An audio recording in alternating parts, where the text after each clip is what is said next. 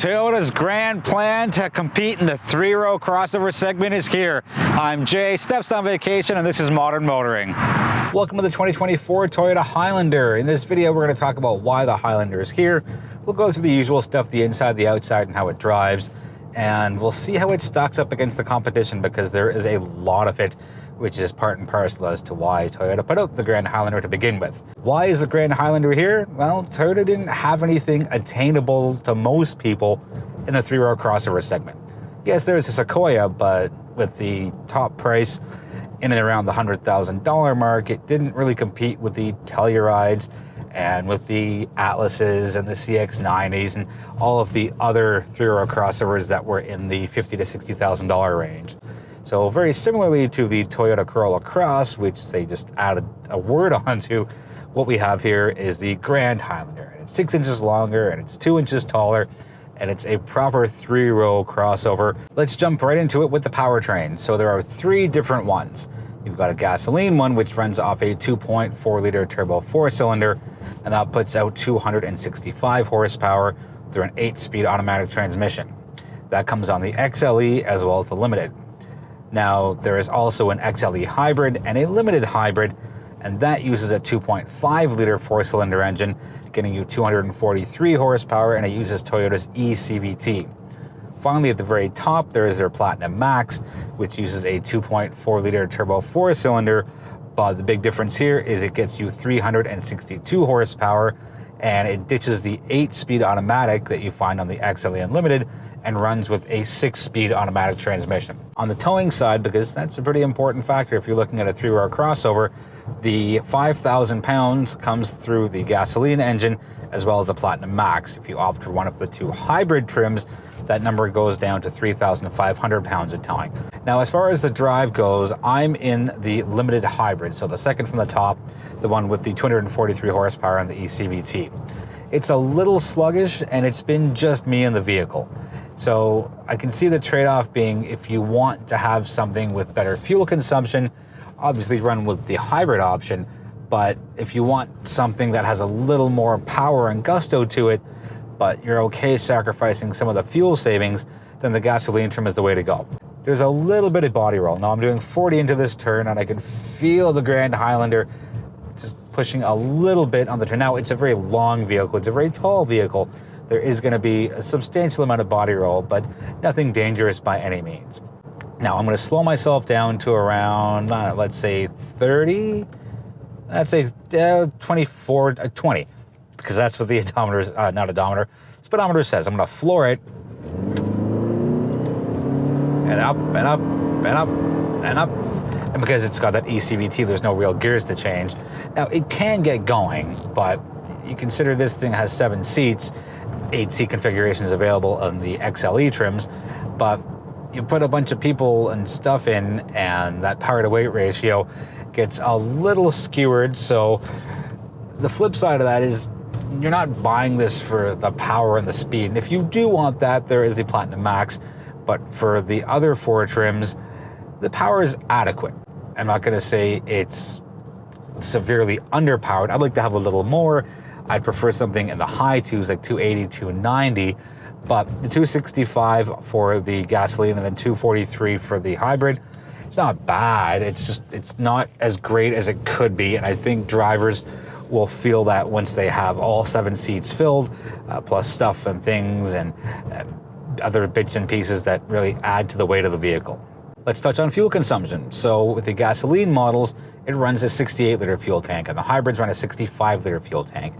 In liters per 100 kilometers for the gasoline version, specifically the XLE, it's 10 liters per 100 kilometers.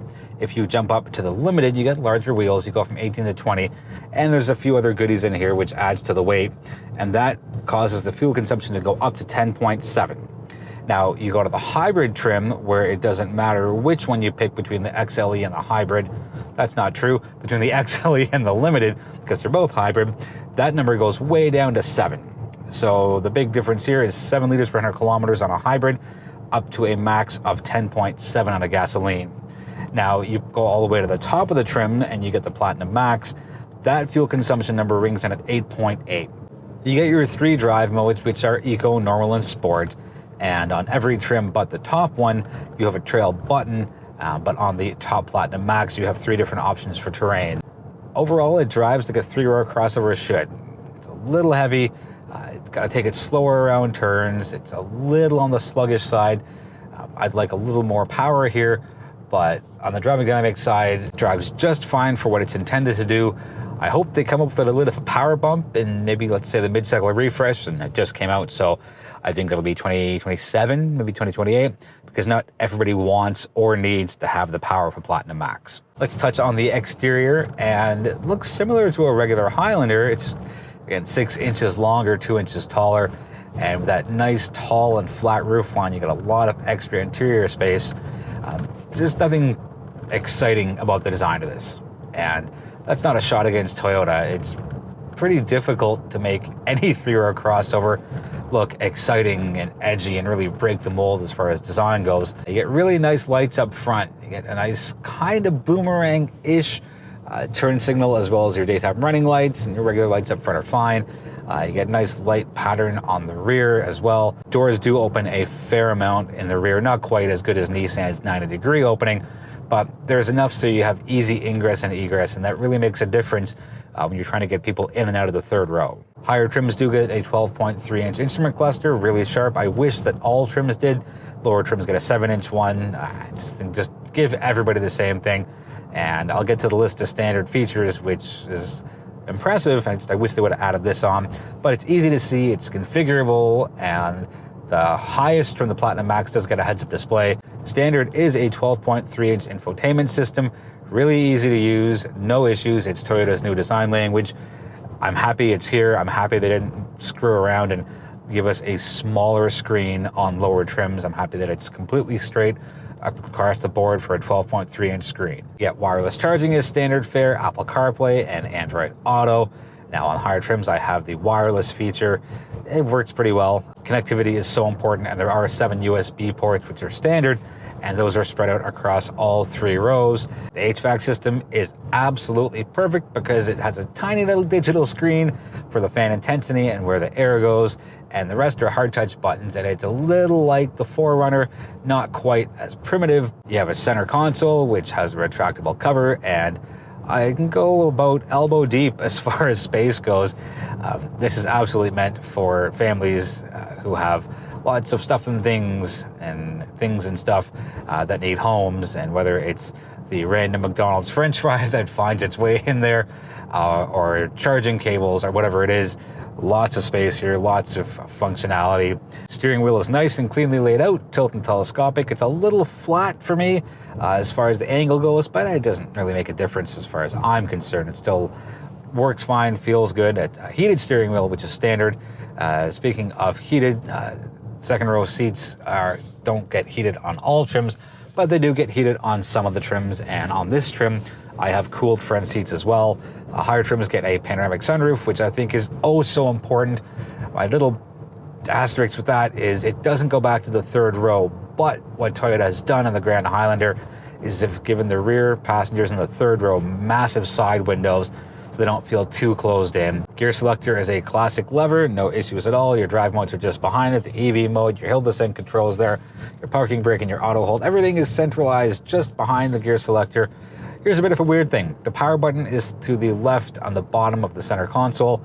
To the right is a USB port, and I think it's a clever move because it's the same size as the power button. I think they had to fill in the space with something, and I think it's a really good use of space. Pretty clever to me. Lots of space in that 2nd row. Seats go forwards and backwards, and they recline. Lots of space. There's a little middle piece there which can come out. It's not very tall, but if you have people walking through there as far as how they're getting in and out, or if they need to come up to the front of the vehicle or the 2nd row from the 3rd row, it's a nice, easier way to do it. And you just lift the latch and pull it forward. Out it comes. I think it weighs like 5-6 pounds. It's not very heavy at all. Moving back to the 3rd row, very impressed. A+, 10 out of 10. The seats recline, and there is a lot of space back there.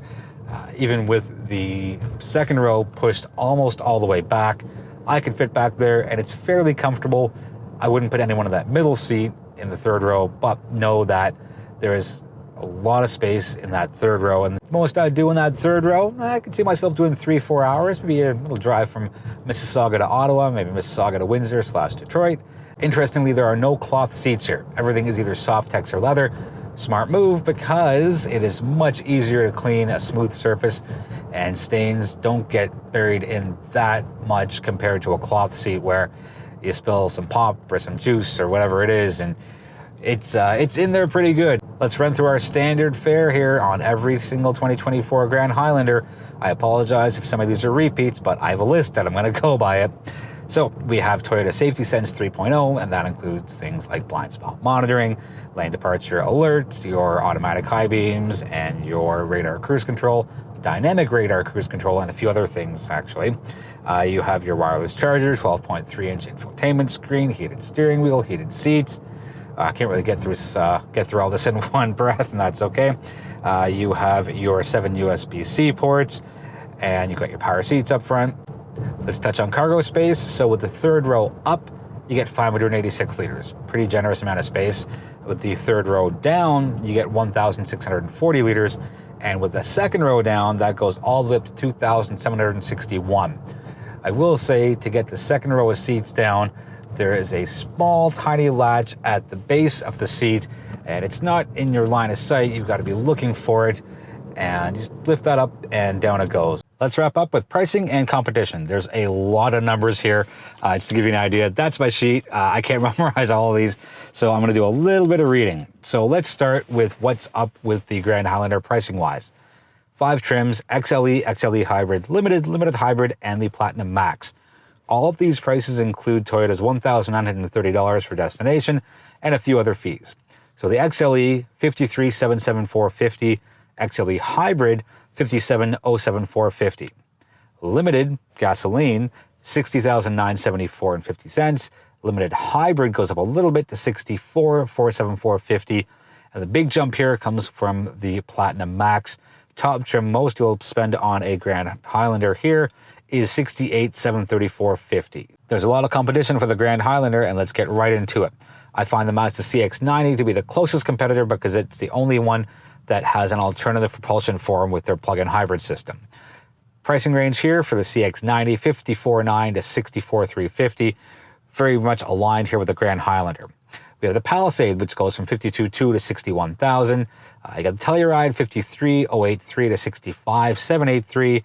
Got Volkswagen's new Atlas, that goes $52,675 to $62,675. A solid $10,000 gap between their 4 trims there. Nissan Pathfinder comes in at $48,848 to $59,848.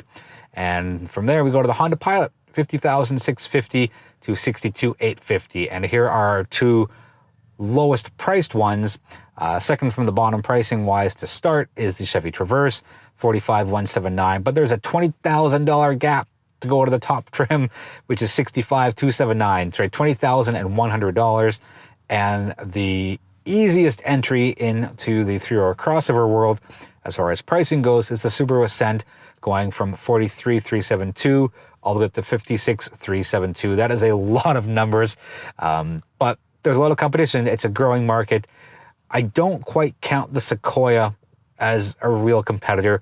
It's much higher priced. It does a lot more, and I think people might blink a couple of times when they're cross-shopping it, but it's not a true competitor to the Toyota Grand Highlander. Toyota's going all in on big vehicles. They have the Highlander, the Grand Highlander, the Sequoia, the 4Runner, which is going to be amazing when it comes out in 2025, if the pictures and images that we've seen stay true to what the finished product is. They've got the upcoming Land Cruiser, which is about a year away. The Sienna, it's not really an SUV, it's a minivan, but still lots of people, lots of stuff, lots of things. And they've got the Venza. If you have any questions on the 2024 Toyota Highlander, let us know in the comments. We're always happy to hear from you. We'd love for you to subscribe. We're on the race towards 20,000. We're a little over 13 now, so hopefully we'll get to 20 in the next few weeks, and maybe a couple of months. But whatever it is, we'd love for you to join our community. Thank you so much for watching. We really appreciate you. And on behalf of Steph and I, we'll see you in the next video.